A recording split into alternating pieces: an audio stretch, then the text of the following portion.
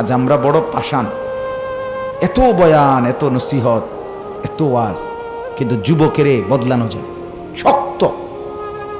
হায় হায়, মুসলমানের ছেলে, লাখ লাখ মুসলমানের ছেলে এত বেপরোয়া জিন্দেগি, কোন কথা। এত মসজিদে একসাথে আজান হয়, কিন্তু তার দিল এত পাথর, তার দিল এত পাথর দিল, এত পাষাণ, সে একটা বার এটার কারণে নড়াচড়া করে না।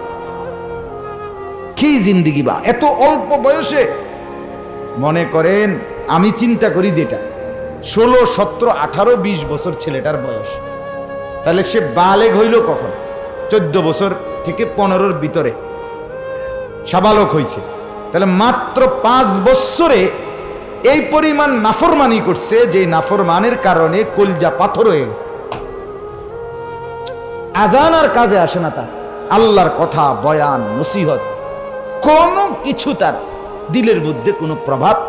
চেহারা বিদঘুটে ভীমরুলের মতো, জঙ্গলি ভাল্লুক, আপনার বাঘ, মানে কি চেহারা, চুল কেমন, হাঁটা কেমন, টুপি কেমন নাই, একটা গেঞ্জি, একটা শার্ট, একটা প্যান্ট, কি করে সারাদিন! ছি ছি ছি ছি, আশ্চর্য! এত পাষাণ, এত বিবেকহীন কেমনে হয় মানুষ, বলেন তো?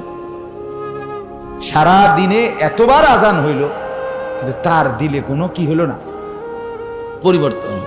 তাহলে মাত্র 5 বছরে যদি সে এত নষ্ট হয়ে যায়, 10 বছর পরে, 20 বছর পরে তার তো কিছু থাকতো না। এটা তো গন্ধ ছুটবে, এটা তো ফচ্চা কি ছুটবে, গন্ধ ছুটবে। এটা তো পুরো সমাজ নষ্ট করে দিবে, এলাকা নষ্ট করে দিবে, বরবাদ করে। চিন্তার বিষয় এটা, আফসোসের ব্যাপার। এটা বর্তমান সময়ে লক্ষণীয় বিষয় যে মুসলমানের ছেলে একটা আপাদমস্তক মুসলমান, বাবা মুসলমান, মা মুসলমান, ঘর মুসলমান, এক ওয়াক্ত নামাজ পড়তে তার মন চায় না। এটা রীতিমতো গবেষণা করার বিষয়, বুঝেন নাই কথাটা? এটার চিন্তা করা উচিত, আমাদের ভাবা উচিত নতুন করে, যে আসলে ঘটনাটা কে তারে এত পাষাণ বানায় ফেলল, যে তার মালিকের একটা সেজদা তার দিতে মন চায় না। এত ডাকাত কেমন হয়ে গেল এটা, বলেন না? আশ্চর্য! মুসলমানের মহিলা, গ্রামের মহিলারা এত বেপরোয়া কেমনে হইল, আশ্চর্য! এত বেপরোয়া, এত বেহায়া, মনে হয় যেন জীবনের সবকিছু তার শরীরটা, এইটা যত দেখাইতে পারবে বেড়ারে, এর মধ্যেই তার সমস্ত সুখ, শান্তি, তার তৃপ্তি, তার শরীর মানুষের বেড়ারে দেখানোর মধ্যে। এটাই তার মানে মেইন সাধনা, মেইন আকাঙ্ক্ষা এটা। ছি ছি ছি ছি, অবাক করা ব্যাপার। গ্রামকে গ্রাম, গ্রামের বাজারগুলোতে মহিলাদের জন্য নজর তোলা সম্ভব না। এত বেহায়া, এত বেশরম, এত অসভ্য, চিন্তা কর। সবাই মানে এক যৌন লিপ্সা, শাহওয়াত, মনে হয় যেন গোটা কোটি কোটি মুসলমানের যুবক যুবতী, নারী পুরুষ মানে এইটার মধ্যে বাধা পড়ে গেছে। আর জীবনের অন্য কিছু নিয়ে ভাববার সুযোগ, সময়, ফিকির, অনুভূতি নাই। জীবন মানেই যৌনতা, জীবন মানেই শাহওয়াত। আস্তাগফিরুল্লাহ, আস্তাগফিরুল্লাহ। আমারে কুমিল্লা কান্দির পারে এক ব্যবসায়ী বলতেছে, নামাজি, কসমেটিক্স ব্যবসায়ী, এমনি পর দাড়ি টুপিওয়ালা, খুব ভালো মানুষ। উনি আমারে বলতেছে, হুজুর ঈদের আগের 3, 4, 5 দিন আমাদের এই কান্দির পাড়ের এই গল্লি রাস্তায় এই পরিমাণ নারী পুরুষ একসাথে, যে কেউ হাইটা এই রাস্তার থেকেই পারে, এপার থেকেই পারে, আসতে পারে নাই, যাইতে পারে নাই, সবাই একজনের গাও ঘেঁষে একজন এভাবে ছিল যে ওই ঠেলার লগে যে দূরে আগাইতে পারছে, মানে হাইটটা যাওয়ানোর কোনো কি নেই। উনি নিজে বলছে, হুজুর উনি খুব আফসোস করে বলতেছে, আমি বহু মহিলাকে আমি ডাক দিয়ে বলছি, মা, ওই বোন, নিজেকে আপনাকে বাঁচান।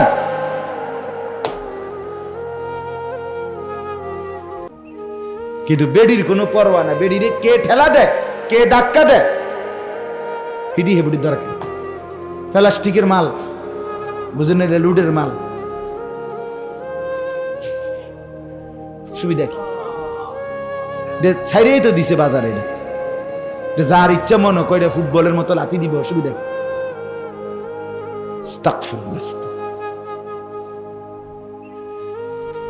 এই জন্য বললাম, কে ফিরাবে, কিভাবে ফিরবে? মুসলমানের ছেলে মেয়ে নারী পুরুষ মাথায় ধরে না। এত মসজিদ, এত মাদ্রাসা, এত চেষ্টা, ওলামায়ে কেরাম দিবানিশি চেষ্টাই করছে, কিন্তু নাফরমানির দিকে ছুটছে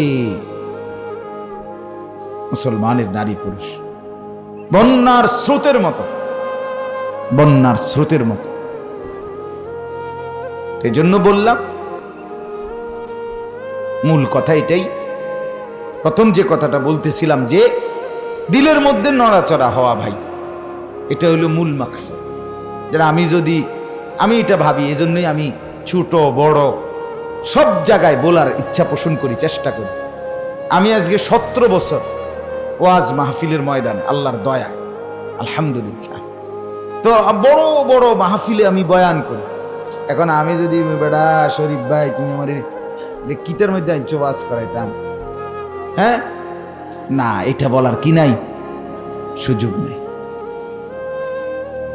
এই মানুষ বুঝিয়ে 20-50 জন মানুষের লইয়া নিয়ে আমি কথা কইতাম, আপনি আমার চিনছেন না, বক আমি কি জানতেন বেটা? আস্তাগফিরুল্লাহ, না, এটা বলার কোনো কি নাই, সুযোগ, এটা বলার কোনো দরকার নেই, এই কথা ভাবার এখন আর কোনো সুযোগ নেই। বরং সাধ্যের সবটুকু দিয়ে আল্লাহর বান্দাদেরকে বাঁচানো দরকার। আল্লাহর নবী সাল্লাল্লাহু আলাইহি ওয়াসাল্লাম হাদিসে উদাহরণ দিয়েছেন, নবীজি চমৎকার উদাহরণ দিয়েছে। নবীজি সাল্লাল্লাহু আলাইহি ওয়াসাল্লাম বলেন, আমি রাসূল তোমাদের জন্য কি অবস্থায় আসছি শোনো। নবীজি উদাহরণ দিয়েছেন, একদিন কয় যে কিছু লোক একটি গর্তের মধ্যে আগুন, মানে গর্ত খুঁড়ে এর মধ্যে নিজেরা আগুন জ্বালাইছে।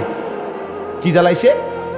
জ্বালাইয়া গর্তের চতুর্দিকে নিজেরাই গোল হইয়া দাঁড়াইছে এবং নিজেরাই সিদ্ধান্ত নিছে ঠান্ডা মাথায় এই আগুনের মধ্যে কি দিবে? ঝাঁপ দিবে। রাসূল সাল্লাল্লাহু আলাইহি ওয়াসাল্লাম বলেন, মনে করেন গর্তের চতুর্দিকে 100 মানুষ একত্রে সবাই সিদ্ধান্ত নিছে আগুনে ঝাঁপ দিবে। আমি রাসূল এই অবস্থায় কোমর ধইরা টাইনা টাইনা সেই আগুন থেকে বাঁচাবার জন্য চেষ্টা করা, এই ফিকির নিয়ে দুনিয়াতে আসছে, এই মেহনত নিয়ে আসছে যে আমি যেন তোমাদেরকে ওই অবস্থায় কোমর ধরে ধরে টেনে টেনে আগুন থেকে বাঁচাইতে চাচ্ছি। এই অবস্থায় মনে করেন যদি মানুষ আগুন খুঁড়ে, গর্ত খুঁড়ে আগুন জ্বালাইয়া নিজেই পারে দাঁড়ায় যে নিজেই ঝাঁপ দিবে আগুনের মধ্যে, সেই অবস্থায় ওই মানুষকে বাঁচানোর জন্য আমার চেষ্টা করার আগে আমার দেখা দরকার আমার কোট আসেনি নাকি, আমার চুল ঠিক আসেনি, টুপি ঠিক আসেনি, বুট ঠিক আসেনি, এগুলা নিয়ে দেখার টাইম করি, মানে মডেলিং করানোর টাইম কোথায়? মানুষ যেখানে আগুনে ঝাঁপ দিচ্ছে, এখানে নিজের বেশভূষা, নিজের মূল্যায়ন দেখার সময় কোথায়? এটাই হলো রাসূলুল্লাহ সাল্লাল্লাহু আলাইহি ওয়াসাল্লাম, এই ফিকির ছিল এরকম। ওয়াকুনতুম আলা শাফা হুফরাতিম মিনান নার ফাআনকাদাকুম মিনহা, এই কথাটাই আল্লাহ কোরআনে বলছে যে ও মানুষ শুনো, তোমরা জাহান্নামের আগুনের একদম পারে, এই যে মনে করেন এই টেবিলটার পার একদম শেষ অংশ এটা, ঠিক না? তো নবীজি বলেন জাহান্নামের আগুনের পারে তোমরা চলে গেছিলা, পৌঁছে গেছিলা, আমি আল্লাহ তাআলা আমার বন্ধুকে পাঠিয়ে নবীজির মাধ্যমে তোমাদেরকে সেই পার থেকে টেনে উদ্ধার করেছি।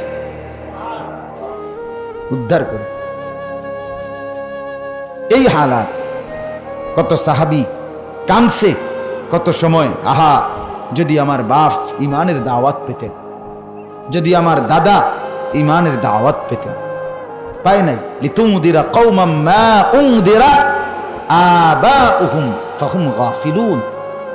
আল্লাহ কোরআনে বলছে, বন্ধু আপনি মানুষগুলোকে আল্লাহর ভয় দেখান, আখিরাতের ভয় দেখান। নবীকে আল্লাহ বলেন মা উনদিরা আবাউহুম, এই এদের বাবা দাদাকে কেউ আল্লাহর ভয় দেখায় নাই। ফাহুম গাফিলুন, ফলে তারা গাফিল হয়ে গেছে, আল্লাহ থেকে বিমুখ হয়ে জাহান্নামী হয়ে কবরে গেছে, কবরে গেছে। সৌভাগ্য এই যে তোমরা যে 10 জন ছেলেও যদি বৈশা থাকো মিয়া, সৌভাগ্য তোমাদের। এটা আজ বুঝতা না, আজ বুঝতা না। শত শত ছেলে থেকে তোমারে আল্লাহ পছন্দ করে আল্লাহর কথা শুনবার জন্য একটু বসার সুযোগ দিছে। সৌভাগ্য, সৌভাগ্য। তোমার কানে আল্লাহর কথা পৌঁছছে।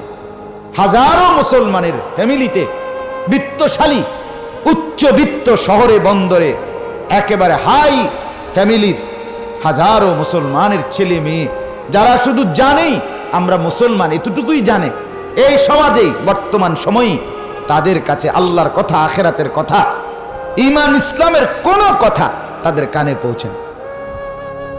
এই বাংলাদেশে সব কিছু ইংলিশ, ইংলিশ মিডিয়াম, সব কিছু আধুনিকতা করতে করতে তার পরিচয়টুকু ছাড়া আর কিছুই তার মধ্যে নাই। সে শুধু জানে এতটুকু, সে মুসলমান।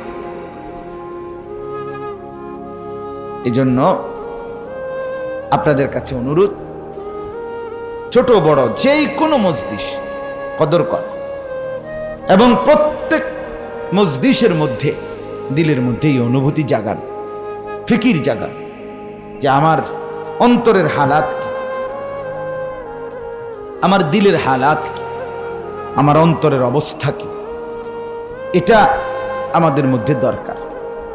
আমার অন্তরের মধ্যে যদি কিছুটা অনুভূতি জাগে, আল্লাহর ঘরে যাওয়ার মানসিকতা আসে, মসজিদে ঢুকার ইচ্ছে জাগে, আল্লাহর দেওয়া মুয়াজ্জিনের আজান, আল্লাহ পাকের শেখানো, সেটা শুনবার পরে দিলের মধ্যে যদি তোলপাড় আসে, আল্লাহর কোরআন শুনবার পরে যদি অনুভূতি জাগে, তাইলেই বুঝতে হবে আমার এখনো ঈমান আছে, এখনো আমি মুসলমান আছি। যদি দেখেন দিনের পর দিন, রাতের পর রাত কোনো অনুভূতি নাই, নড়াচড়া নাই, তাইলে বুঝবেন ঈমান হারায় গেছে, মুসলমান হারায় গেছে, বেটা হারায় গেছে। তুমি বললে কি হবে? তুমি বলে ভোটার আইডি কার্ডে ইসলাম, জন্ম নিবন্ধন সনদে ধর্মের পাশে ইসলাম, এটা দেখেই ফেরেশতারা হাসরের ময়দানে বিচার করবে না? হাসরের ময়দানে ফেরেশতারা কি ভোটার আইডি কার্ড জমা নিবে, জন্ম নিবন্ধন সনদ জমা নিবে বলেন? তাই আল্লাহ তাআলা আমাদেরকে বুঝ দান করেন। আমার বাপ, অতএব আমাদের জীবনের, আমরা যেহেতু মুসলমান, আমাদের কথার খোলাসা এটা, আমরা যেহেতু ইমানদার, আমরা যেহেতু মোমেন, অতএব আমাদের জীবনের মূল পরিচয় হলো আমাদের যাবতীয় কর্মকাণ্ড আখিরাত, কিয়ামতের মাঠ, হাসরের ময়দান, ওইটাকে সামনে রেখে সব কিছু সাজাবেন। একজন মানুষ তার সংসার সাজাবার জন্য পরিকল্পনা করে। আমরা সমস্ত কিছুতে, আমি যে আয়াতের অংশটুকু পড়ছি এটার বোঝানোর জন্যই এ কথাটা বললাম আর কি। আমাদের সমস্ত কর্মকাণ্ড, জীবন চলা আখিরাতকে সামনে রেখে, যেহেতু আমরা মুসলমান, যেহেতু আমরা মোমেন, আমার ভাই, আমরা আর 10 জন মানুষের মতো বেওয়ারিশ, লাওয়ারিশ না। কাফের, বেঈমান এগুলো মূলত বেওয়ারিশ, লাওয়ারিশ। এদের কোনো আগা মাথা নাই, এদের কোনো পরবর্তী কোনো কিছু নেই। এদের ফিকির একটাই, নগদ যা পাও হাত পেতে নাও, বাকির খাতায় শূন্য থাক, খাও দাও ফুর্তি করো, জীবন এনজয় ইউর লাইফ, জীবন উপভোগ করো, বৈধ অবৈধ সবভাবে। মদ, জুয়া, জিনা, ব্যভিচার, নারী, নর্তকী, নাচ, গান, ফুর্তি, আনন্দ, অসভ্যতা, বেহায়াপনা, অশ্লীলতা, উলঙ্গপনা, যা মন চায় করো। মাকে পাত্তা দিবা না, বাবাকে পাত্তা দিবে, কাউকে না, কাউকে না। আপনার একজন টিচার বাংলাদেশে একদিন বলছিল, সঙ্গীকে আপন করে নাও যে কোনো মূল্যে, সমাজ দেখবা না, পাড়া দেখবা না, মহল্লা দেখবা না, বাহ কিছুই না, সব কিছুকে ফেলে দিয়ে মানে লাজ লজ্জা শরম আত্মমর্যাদা বংশ সম্মান বাবা মা কিছুর দিকে পরোয়া করবা না। তুমি যারে পছন্দ হয়, এটা কুত্তা হোক শুকর হোক, হইতে লাইবা এটা জিডা হোক, এটা মানুষ হোক, নইলে গরু হোক, নইলে কুত্তা হোক, শুয়ে লাইবা এটার লোক। Enjoy your life. এই হলো বেটা তোমা করে আজকের আধুনিকতা শিখায়, এটাই শিখায় যে জীবনে কোনো লাজ লজ্জা রাখলে পারত না, লজ্জা শরম রাখো না, লজ্জা শরম রাখো।